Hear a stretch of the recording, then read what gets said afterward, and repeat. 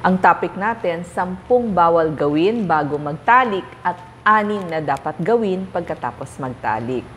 Ito po ay pangbabae at panlalaki, so makinig po tayo. Number 1, iwas sa mga maaanghang o maraming spices na pagkain katulad ng mga paminta, curry at iba pang mga pampalasa dahil ito ay nagdudulot ng heartburn o kaya naman ng acid reflux.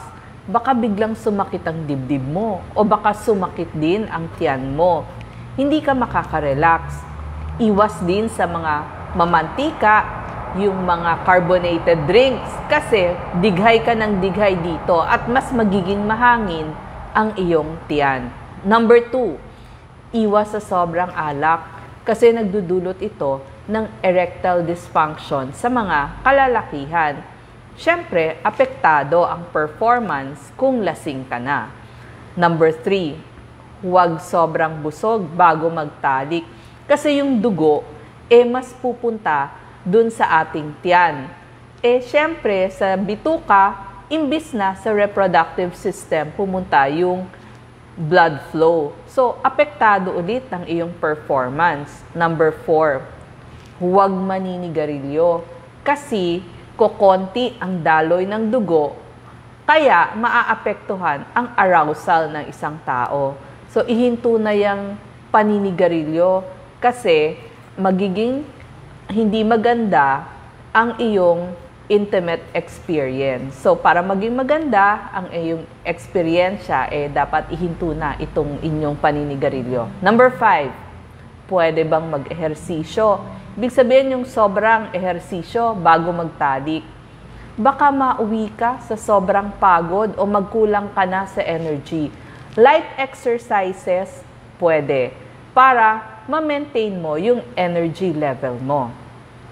Number 6, huwag mag-shave o magwa-wax hours before ng talik. Pwede 1 to 2 days before. Kasi, di ba, sa talik, nagkakaroon ng friction. So, ayaw mong magkaroon ng infection at pagsusugat yung balat dun sa maselang bahagi ng katawan. Pwede mong i-cut o tinatawag na trimming na lang ang gawin.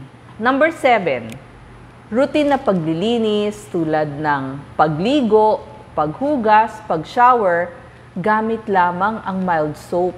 So, huwag nang gagamit ng mga sobrang pabango o yung mga mababangong lotion dun sa maselang bahagi. Iwasan na natin yan kasi baka magkaroon ng iritasyon dun sa balat ng maselang bahagi ng katawan ng babae at ng lalaki. Number 8, syempre, kailangan maghuhugas ng kamay, magtutoothbrush para malinis at confident ka.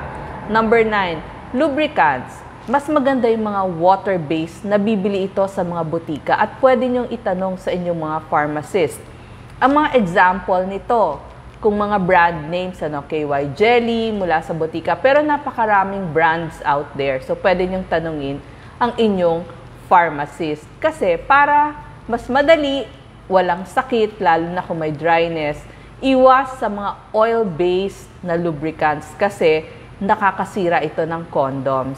Number 10, huwag lalaktawan ang foreplay kasi may tulong ito sa arousal ng mga tao. So, mas komportable at para mas wet kasi nagiging problem nga ang dryness sa mga tao. And syempre, dagdag na rin, itabi malapit sa kama nyo yung mga towels at baby wipes. At syempre, kailangan nandun na lahat yung inyong mga kailangan sa tabi ng bed.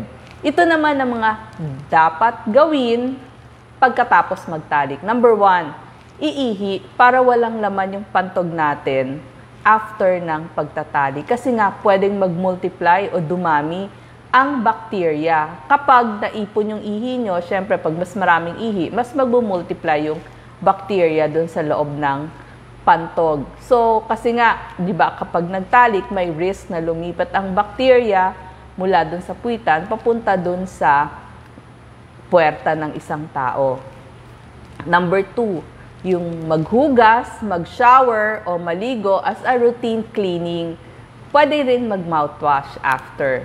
Number 3, after pagkaligo nyo o o pagkatapos yung maglinis, magsuot ng mas maluwag na damit para matuyo yung ating balat. Kasi nga, gusto natin mas mahangin, mas tuyo yung pakiramdam. Okay pong gumamit, kahit ang babae, ng boxer shorts. O kaya naman, pwede yung mga white cotton, bigger sizes na panties or underwear. Pajama na maluwag o kaya naman duster. Number 4, may mga maling paniniwala ang mga tao tungkol sa douche. Ito yung tinatawag na irigasyon sa loob ng puwerta. Ito po ang tama, lalo na sa mga kababaihan. Ang douche po, hindi ito epektibo para maging birth control o para hindi mabuntis. So, mabubuntis pa rin po kayo kahit nag-douche kayo.